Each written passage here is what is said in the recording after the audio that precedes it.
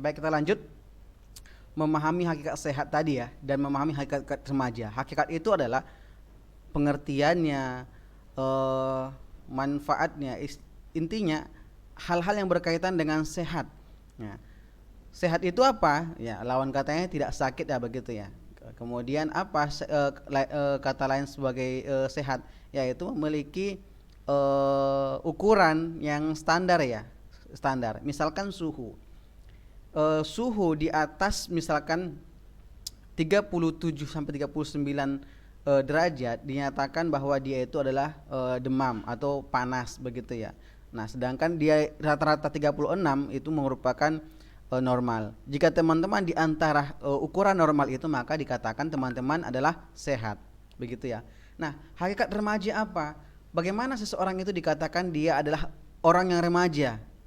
Ya, mungkin jenjang manusia itu yang kita pahami selama ini ya, dari bayi atau mungkin dari janin paling awalnya ya, dalam rahim gitu ya. Kemudian bayi, balita, anak-anak, nah, kemudian remaja. Setelah remaja, dewasa, dan terakhir tua. Begitu ya. Nah, hakikat remaja itu apa? Dikatakan dia remaja seperti apa? Mungkin teman-teman sudah mendapatkan teori ini dari sumber ilmu yang lain, baik itu dari guru yang lain atau mata pelajaran yang lain. Begitu ya teman-teman, saya lanjut lagi. Nah, kemudian memahami hakikat pergaulan sehat bagi remaja.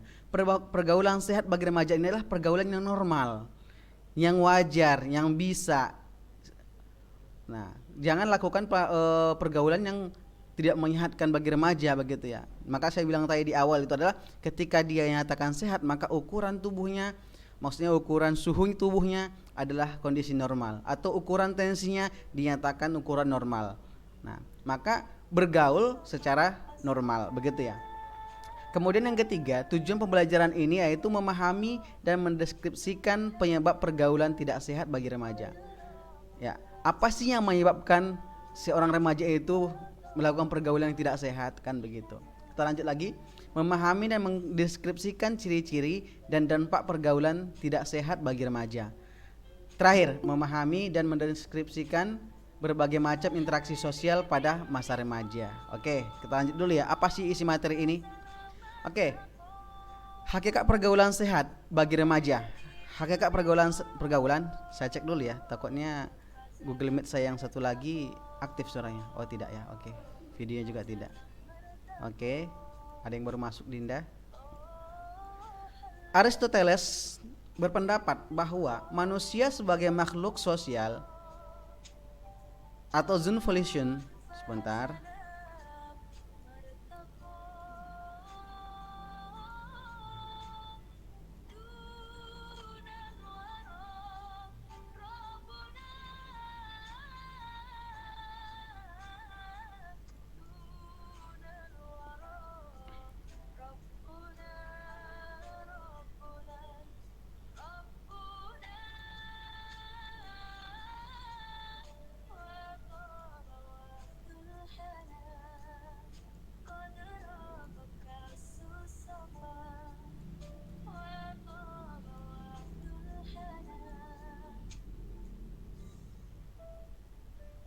Oke, saya lanjut.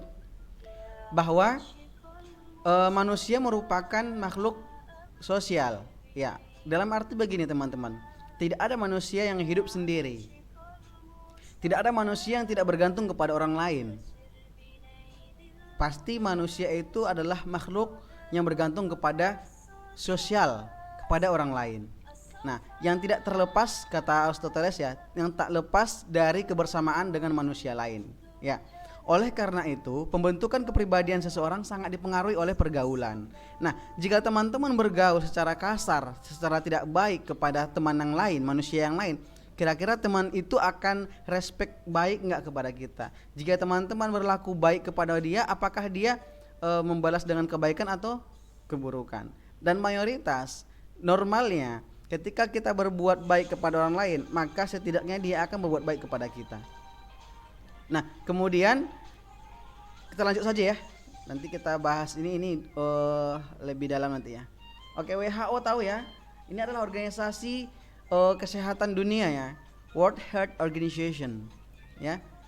World-nya itu katanya dunia, health itu adalah kesehatan, organization organisasi.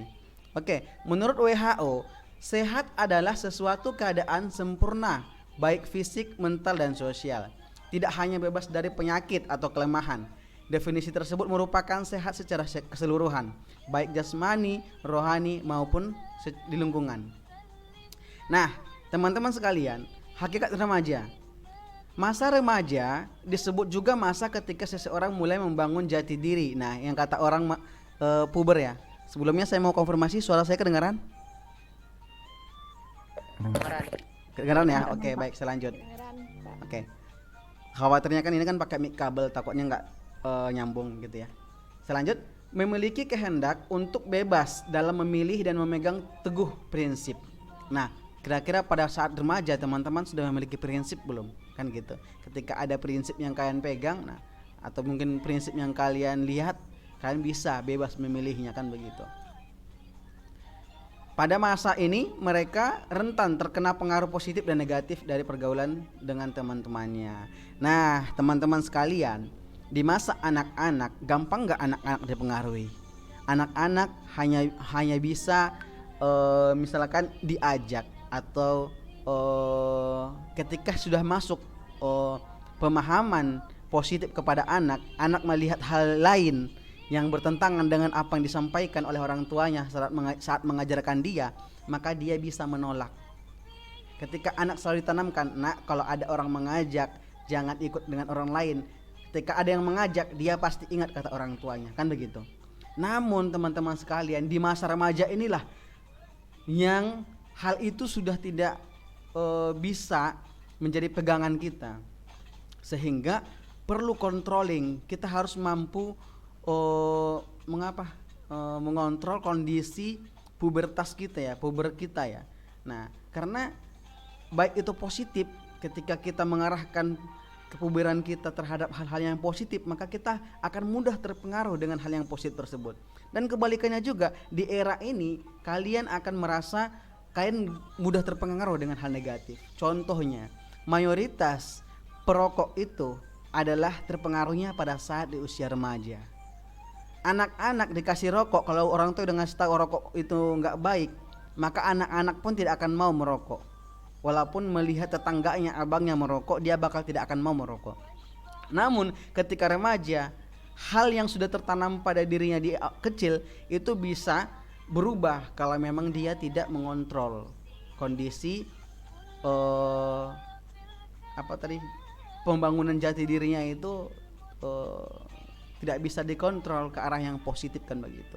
Bahkan sebaliknya, ada orang yang berprestasi, orang yang baik, orang yang keren gitu ya. Nah, karena memang pada saat dia membangun jati dirinya, saat dia puber, dia arahkan ke arah yang positif, kan begitu. Kita lanjut.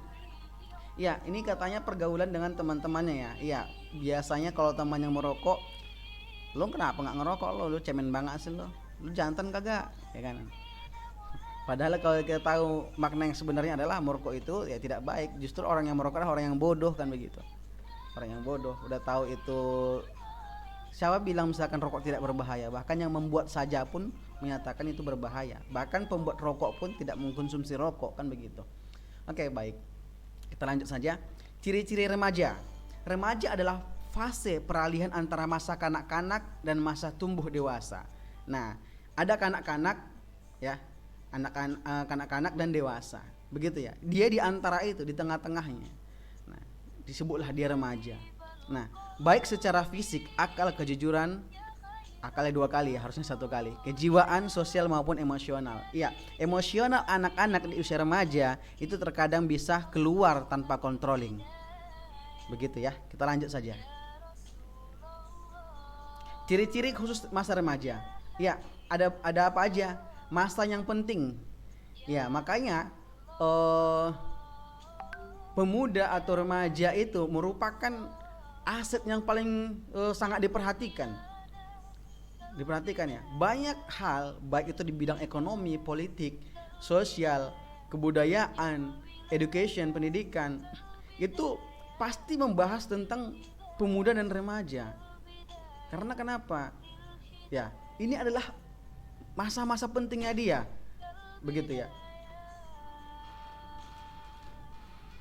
Kemudian masa transisi, yang transisi di mana ya tadi? Yaitu di antara kanak-kanak. Teman-teman gini, dari bayi, mungkin kanak-kanak dulu ya. Terus ada disebut anak-anak. Mungkin kanak-kanak anak-anak itu dikategorikan di dalam teori ini hampir sama begitu kali ya. Kita lanjut. Nah, di masa kalian kanak-kanak misalkan, ada enggak misalkan tekanan atau kewajiban yang harus kalian paksakan dapatkan? Seharusnya tidak ada. Bahkan untuk belajar pun tidak dipaksakan harusnya. Namun perlu pengawasan orang tua untuk memantau anak-anak ini belajar dengan baik, kan begitu. Apakah dia harus peringkat pertama? Kalau tidak peringkat pertama tidak disekolahkan? Oh tidak. Mau peringkat terakhir pun dia harus disekolahkan, kan begitu. Jadi tidak ada pemaksaan. Nah, sedangkan di masa transisi ini kalian memaksa diri kalian sendiri. Misalkan kalian ingin ini, nah kalian paksakan untuk mendapatkan itu, kan begitu, bagaimanapun caranya. Nah kalau misalkan tercapai alhamdulillah, tidak tercapai ya mungkin belum rezeki kalian. Namun ada rasa yang berbeda ketika di kanak-kanak tidak ada tekanan, tidak ada kewajiban yang harus kalian capai, atau pemikiran kalian yang lebih kalian tonjolkan, kan gitu ya. Yang selama ini kalian main berubah, ada transisi di situ. Itu yang disebut dengan masa transisi. Namun belum kepada kedewasaan, kan begitu. Disinilah masa transisinya antara meninggalkan masa bermain kepada kedewasaan. Disinilah posisinya, kan begitu. Masa perubahan, iya hampir sama dengan teori yang di atas. Masa bermasalah, iya mungkin di tingkat-tingkat SMP, SMA adalah masa-masa kalian yang bermasalah, dipanggil orang tuanya, diceramai, dinasihati, begitu ya. Sedangkan di SD mungkin hanya satu arah, kalian menerima apa itu keterangan dari guru, apa itu nasihat dari guru. Sedangkan di tingkat SMP, SMA kalian mungkin menghadapi beberapa macam masalah. Kemudian masa pencarian identitas ya. Nah, kemudian masa munculnya ketekunan, masa yang tidak realistis. Maaf ya, baik yang tipu ya. Kemudian masa menuju dewasa, sebagaimana yang disampaikan tadi di atas ya. Oke, kita lanjut. Karakteristik perilaku dan kepribadian remaja. Dengan memahami karakteristik remaja, orang tua atau guru akan lebih mampu merespon secara positif dan mencetuskan solusi efektif terhadap beragam permasalahan yang menimpa para remaja. Karakteristik pertumbuhan dan perkembangan remaja. Karakteristik ini meliputi perubahan transisi biologis, kognitif dan sosial. Fase-fase penting pada masa remaja. Pertama, fase viral. Viral berarti berasal dari kata fur ya, yang artinya anak besar gitu ya. Pada fase ini antara anak laki-laki dan perempuan mulai memisahkan diri. Begitupun sebaliknya, anak perempuan memisahkan diri dengan laki-laki. Oke, kita lanjut. Fase negatif. Pada fase ini, remaja sering bersikap negatif. Kita lihat dulu ada yang masuk lagi enggak? Takutnya kita asik di sini. Oke, tidak ada yang masuk ya. Kita lanjut lagi. Teman-teman mohon jangan keluar ya, soalnya nanti saya akan screenshot di akhir ya. Oke, kita lanjutkan. Di antara ciri-ciri remaja mempunyai sikap negatif adalah cenderung apatis terhadap segala sesuatunya, penuh keraguan, tidak pasti, tidak senang, tidak setuju dan sebagainya. Ya, banyak fase-fase negatif. Kalau misalkan teman-teman melihat paling banyak di SMP siswa melawan gurunya. Nah, disitulah makanya disebut banyak fase negatif yang muncul di sini. Begitu. Kemudian fase pubertas yang saya sampaikan di awal tadi, yaitu pada fase ini terdapat ciri-ciri khusus dengan perubahan-perubahan yang mencolok dari remaja. Seperti perbedaan bentuk wajah laki-laki terlihat berbentuk persegi, sedangkan wajah perempuan terlihat berbentuk bulat. Ini dari sisi biologis ya, pertumbuhan tubuh manusia. Kemudian hakikat pergaulan tidak sehat bagi remaja. Pengertian pergaulan tidak sehat.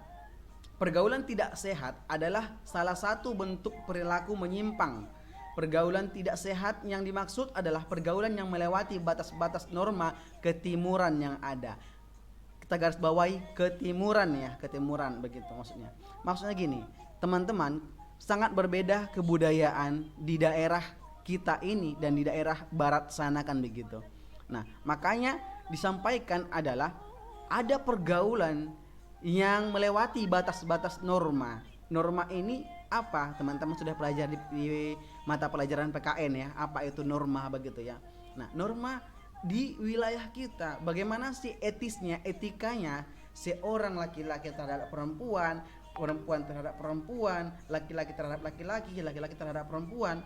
Ada batasan-batasan yang memang sudah turun-temurun disampaikan. Nah, kemudian pergaulan yang tidak sehat adalah orang-orang yang melewati batas-batas tersebut. Nah, penyebab pergaulan tidak sehat, faktor-faktornya adalah faktor orang tua. Kenapa jadi faktor orang tua penyebabnya? Kemungkinan begini teman-teman, banyak faktor ya. Dari faktor orang tua ini banyak lagi penyebabnya, maksud saya begitu. Banyak lagi penyebabnya. Nah, wallahu a'lam, apakah itu penyebabnya? Mungkin teman-teman juga mengetahui ya. Kenapa sih anak pakai narkoba, kan begitu ya? Nah, kok disalahkan orang tuanya? Ya, mungkin orang tua yang terlalu sibuk mencari harta bendanya, lalu dia melupakan hakikat kepada anaknya, namun anaknya merasa tersingkirkan dalam keluarga atau tidak diperdulikan dalam keluarga, tidak disayang dalam keluarga. Walaupun mulutnya berkata, aku sayang kamu nak, hatinya juga berkata, aku juga sayang kamu nak, namun realitasnya tidak ditunjukkan kepada anak, maka anak menilai orang tua saya tidak sayang kepada saya. Makanya ketika teman-teman dia tadi ya mengajak, ini coba, atau menjebak, ini coba, akhirnya dia terpengaruh dan dia merasa nyaman dengan itu, makanya termasuklah dia orang-orang yang terarah kepada yang negatif. Faktor utamanya sebenarnya adalah akarnya di orang tua, begitu ya. Kemudian dipengaruhi lagi oleh faktor dari teman tadi, kan begitu. Itu pertama. Yang kedua, orang tua, ayah dan ibu bercerai, kemudian rumah tangga hancur, segala macamnya berefek kepada anak, itu juga merupakan faktor. Apalagi banyak hal ya, apapun yang teman-teman ketahui mungkin bisa teman-teman simpulkan sendiri. Kita lanjut aja yang kedua, sikap mental yang tidak sehat, pribadi ya, mental kita ya yang tidak sehat. Kemudian pelampiasan rasa kecewa. Nah, kecewa banget nih, baik kecewa kepada orang tua, kecewa kepada siapapun, kecewa pada keadaan. Nah, banyak ya orang kecewa kepada keadaan juga begitu ya. Kenapa saya dilahirkan dalam keadaan miskin? Kenapa saya dilahirkan di orang tua saya yang miskin? Kenapa saya nggak dilahirkan di orang tua yang kaya begitu? Atau mungkin ada masalah dengan siapapun ya. Kemudian ada rasa kecewa, dilampiaskan kepada hal yang negatif. Kesenjangan, nah termasuk kesenjangan sosial maupun kesenjangan ekonomi dan sebagainya ya. Bahkan kesenjangan pendidikan juga berpengaruh juga. Lu orang tua lu SD ya, lu nggak usah lulus SD, udah berhenti aja sekolah. Jadi karena kesenjangan ini pun dia merasa merubah pergaulan yang baik, yang sehat, ternyata dia memilih pergaulan yang tidak sehat. Ini faktornya. Kemudian kegagalan remaja menyerap norma. Nah, ada norma yang berlaku di negara kita atau di wilayah kita atau di daerah kita ataupun di kota kita, di desa kita. Karena kadang-kadang beda provinsi berbeda juga norma yang ada. Walaupun ada yang sama namun ada hal yang berbeda juga, kan begitu. Nah, namun ada orang gagal menangkap atau menyerap norma ini, disampaikan A ternyata yang dia tangkap B. Nah, akhirnya dia salah mengaplikasikannya. Kemudian selanjutnya faktor agama dan iman. Kenapa faktor agama dan iman? Makanya Rasulullah selalu menyampaikan atau mungkin hadis menyampaikan bahwa mungkin di Al-Qur'an juga ada. Kita itu dari kecil, dari usia dini pun kita sudah harus mempelajari agama. Dan sampai kapanpun kita harus mempelajari agama ini. Kenapa? Pada hakikatnya manusia itu adalah manusia yang bersifat atau berkarakter pelupa. Nah, manusia itu adalah manusia yang memiliki sifat lupa. Ketika kita berhenti mempelajari sesuatu tentang agama, kemungkinan kita lupa. Nah, maka kualitas iman kita pun kemungkinan bisa juga akan menurun, kan begitu. Apalagi iman itu pun sudah dinyatakan naik turun, bolak-balik, tidak stabil, tidak menanjak. Nah, jadi faktor agama ini pun dan faktor iman ini pun mempengaruhi terhadap pergaulan. Contoh begini, seseorang yang tidak memiliki agama, yang tidak tahu aturan agama, tidak beriman kepada Allah atau tidak memiliki iman di hatinya, maka dengan sewajarnya dia berlaku kasar kepada orang lain. Ya kan?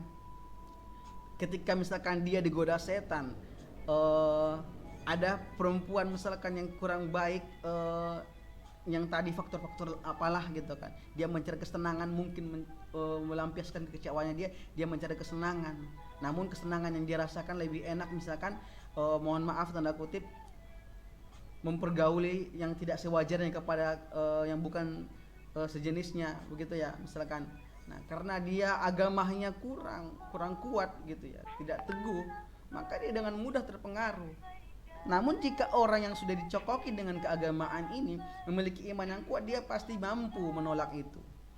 Dan terakhir adalah perubahan zaman. Iya, perubahan era. Contoh besarnya ya. Di era zaman, masih mungkin zaman saya masih, ketika kita mendengarkan tapak sepatu kepala sekolah, kita langsung takut. Bukan takut sih, sosok menghargai, dan ada rasa dia kepala sekolah kita loh, kita harus hormati. Kita langsung berbuat sebaik mungkin, duduk dengan rapi, segala macamnya. Nah, namun zaman sekarang kepala sekolah aja dirangkul, men.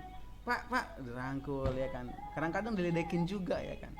Kenapa? Di zamannya. Namun perubahan zaman ini kita sikapi dengan mana? Dengan hal yang sehat atau yang tidak sehat kan begitu. Nah, perubahan zaman ini mengikuti yang mana? Mengikuti yang barat atau yang di sini kan begitu. Nah, perubahan zaman, keadaan kondisi yang semakin seperti A, seperti B. Nah, kita memilih mana kan begitu. Teman-teman bisa memahami hal tersebut. Kita lanjutkan. Ciri-ciri pergaulan tidak sehat. Pertama, menghamburkan harta untuk memenuhi hasad seksual. Tadi sempat saya singgung tapi tidak terlalu detail ya. Yang kedua, menghalalkan segala cara untuk mendapatkan uang dan harta. Ya, yang ketiga, menimbulkan perilaku munafik dalam masyarakat. 4. Pikiran, emosi yang tidak stabil dan lingkungan pergaulan. 5. Bersikap tidak sabar. 6. Banyak mengalami tekanan mental dan emosi. Ketujuh, terjerumus dalam pesta narkoba. Ini ciri-ciri pergaulan tidak sehat. Ada lagi selain itu? Oh, banyak. Itu contohnya saja. Kemudian dampak pergaulan tidak sehat bagi remaja. Yang pertama, risiko terhadap pergaulan tidak sehat. Ya. Melakukan hubungan seksual bebas merupakan akibat awal dari pergaulan yang tidak sehat tadi. Ya, yang akan menimbulkan berbagai dampak negatif. Sebentar kita cek dulu jamnya. Ya. Yang kedua, bahwa pergaulan bebas ini sangat berbahaya. Diakibatkan hubungan yang tidak sewajarnya, mencakup bahaya bagi perkembangan mental, psikis, fisik, dan masa depan remaja tersebut. Teman-teman, penyesalan itu datangnya di belakang. Makanya disampaikan kepada teman-teman agar teman-teman jangan sampai ketika sudah disampaikan namun malah terjerumus kepada hal yang tidak sehat tadi. Begitu ya. Kita lanjut. Hakikat sosial pada remaja. Hubungan dengan teman sebaya menurut Seth Rock pada bukunya di tahun 2003 di halaman 219, teman sebaya atau peers adalah anak-anak atau remaja dengan tingkat usia atau tingkat kedewasaan yang sama. Ya, kalau misalkan di kelas teman-teman di kelas teman-teman rata-rata usia itu hampir sama. Kemungkinan hanya mungkin beda bulan atau mungkin hanya beda tahun.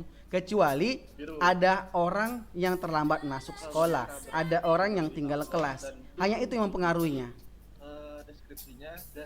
Oke, kita lanjut. Strategi mencari teman dekat. Yang pertama, menciptakan interaksi sosial yang baik. Yang kedua, bersikap menyenangkan, baik dan penuh perhatian.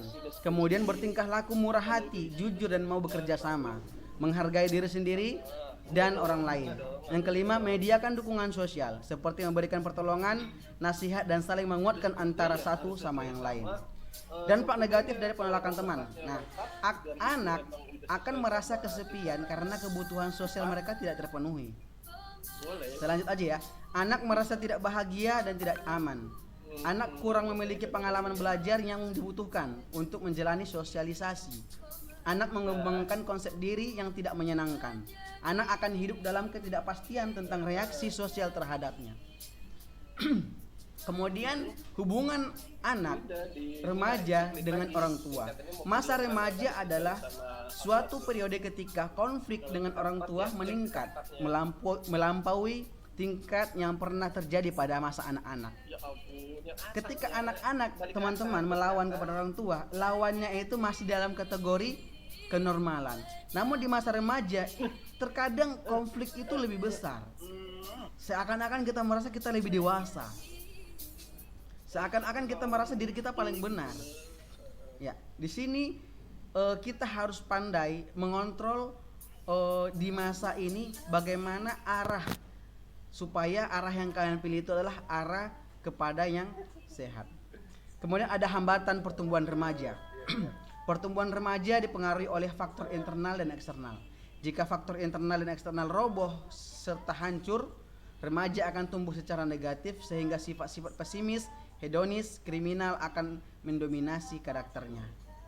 Ya, begitu ya. Mungkin teman-teman sedikit paham lah tentang ini. Tantangan dunia modern terhadap remaja. Di zaman globalisasi seperti saat ini, dunia seolah-olah tidak memiliki batas. Kalian bisa mengetahui sesuatu hal yang ada di luar wilayah, daerah, negara, bahkan di benua belahan manapun, kalian bisa melihat kondisinya. Baik itu melalui, misalkan kalau kalian melihat geografisnya, silakan dibuka Google Map. Google Map bisa menampilkan kondisi geografis dimanapun yang terjangkau oleh satelit. Sedangkan kalian bisa melihat sesuatu kejadian atau apapun budaya dari negara-negara lain melalui media sosial, melalui YouTube, berita dan sebagainya. Yang dulu ini sangat terbatas dan sekarang tanpa batas. Nah, perubahan yang terjadi di era modern berjalan dengan cepat sesuai dengan perkembangan teknologi. Nah, oleh karena itu, mempelajari proses perubahan sosial ditujukan sebagai pijakan dalam berpikir dan menentukan langkah ke depan. Oke, ini hambatan yang dialami oleh remaja.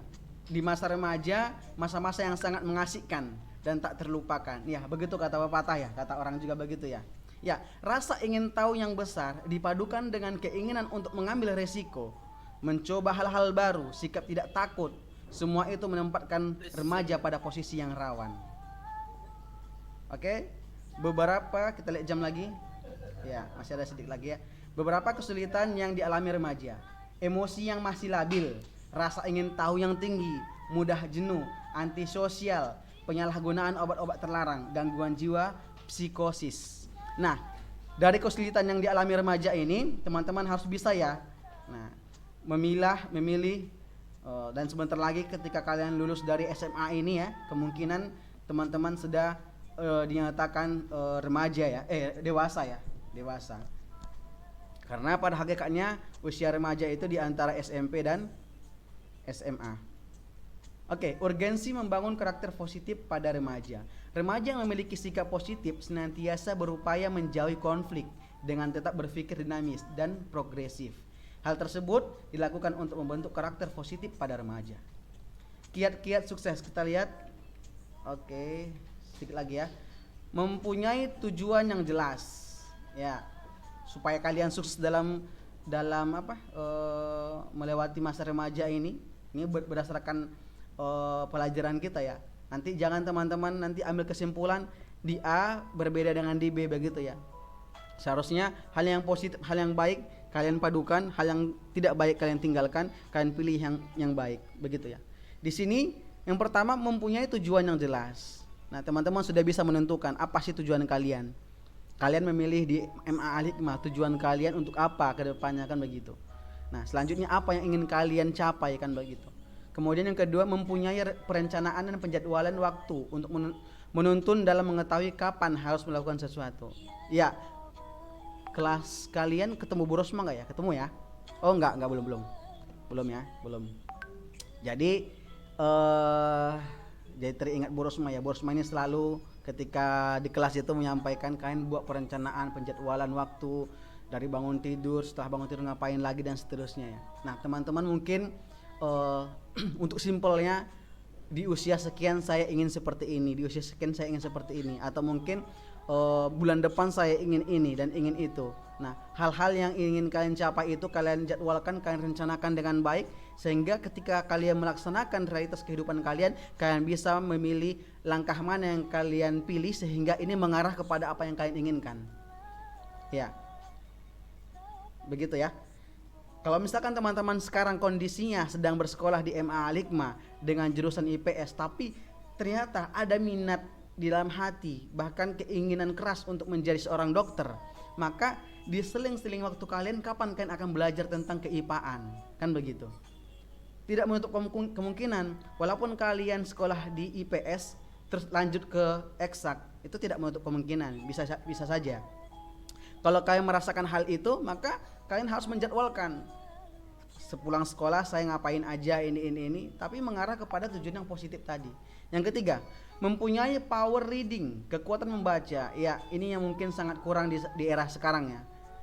Ada orang banyak membaca, tapi yang dibaca bukan buku, bukan informasi-informasi, namun chat, kan begitu. Kita lanjut. Melakukan mind mapping, pemetaan pikiran, ya, memilih yang mana yang baik, yang mana yang tidak baiknya. Tinggal kalian pilih yang mana yang baiknya, tinggalkan yang tidak baiknya. Melatih pikiran agar memiliki super memory, daya ingat yang super. Oke. Kalau dalam melatih pikiran agar memiliki super memory, mungkin ada pada mulailah setidaknya sering-sering menghafal Al-Quran ya. Karena dalam menghafal Al-Quran pun selain melatih daya ingat yang kuat pada pemikiran kita, juga banyak hal-hal positif yang akan kita rasakan ketika kita melakukan hal tersebut. Oke, baik teman-teman, hanya sampai di sini presentasi tentang pergaulan sehat remaja pada bab 9 ini. Mungkin singkat saja, ada yang mau ditanyakan atau mungkin diklarifikasi, disampaikan atau kita diskusikan, silakan. Ada? Silakan. Saya mau tanya tapi bukan tentang ini, Pak. Oke, boleh. Mudah-mudahan saya bisa jawab ya. Buat tugas.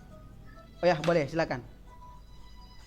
Tugasnya kan yang senam lantai sama senam irama. Sebentar saya kuatkan dulu suaranya, bentar. Sebentar ya, ini suaranya. Coba ulang lagi. Tugasnya kan senam lantai sama senam irama. Iya. Senam lantai kan satu gerakan aja. Iya, benar. Terus senam irama itu pemanasan inti sama pendinginan. Iya. Itu boleh bebas atau harus ngikutin yang senam ayo bersatu, Pak? Oke, baik. Senam ayo bersatu itu ada durasi sekitar 23 menit ya. Nah, kalau teman-teman merasa nyaman dengan itu boleh. Namun ada kok dia keseluruhannya totalnya 15 menit. Kan lebih ringkas ya. Dan bahkan saya bilang tadi, silakan kalau misalkan videonya itu dipotong-potong. Misalkan kalian lakukan pendinginan dulu, kemudian lakukan pemanasan. Lakukan pemanasan dulu, kemudian inti dan pendinginan. Oke, saya kasih kata kunci lain. Kata kunci lain itu apa?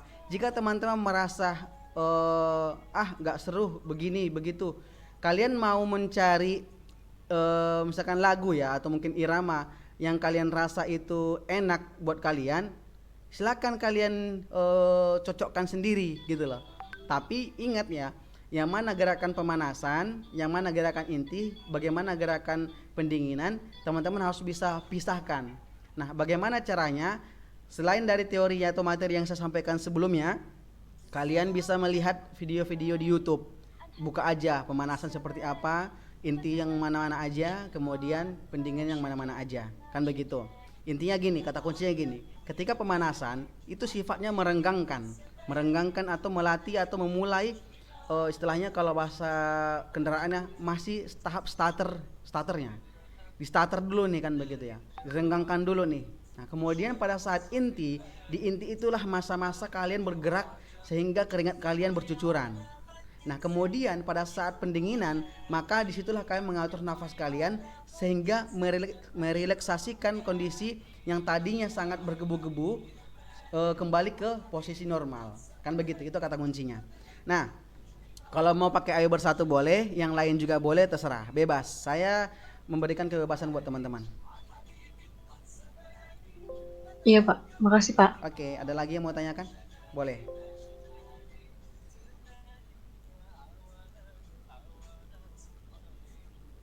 Tidak ada? Cukup? Oke, cukup. Baik, tinggal 8 menit lagi.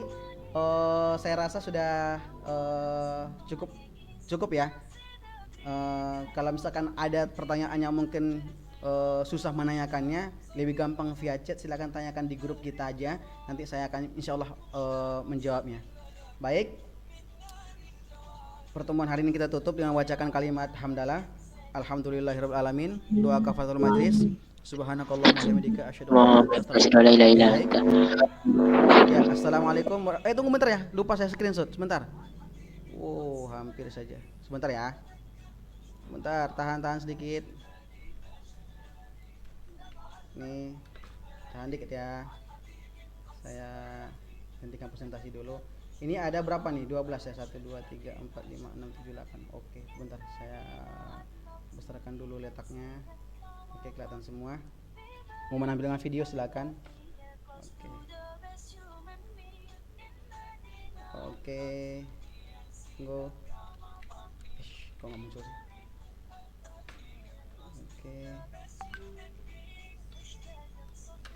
Oke, baik. Assalamualaikum warahmatullahi wabarakatuh. Boleh live.